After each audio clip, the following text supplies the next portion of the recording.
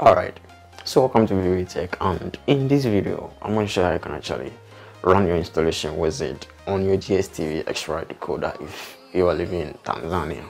So all you got to do is to pick up your remote, and this will be the first page that will actually pop up on your screen whenever you turn on your decoder for the first time.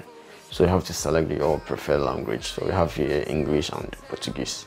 So you're gonna go in with English. You press OK on the remote, and when you come here, you have the satellite page right here. So if it's a different satellite it's on it, you have to change it to the E36B. This is a satellite, and you press OK with it.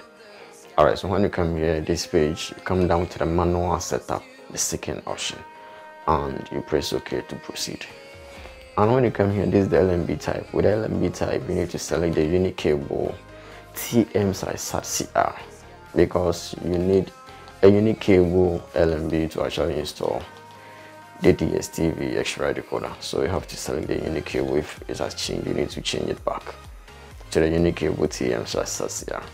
And then you scroll it down, and you're gonna find under there is the signal status at the right side of the page, which there are indications or indicators over there.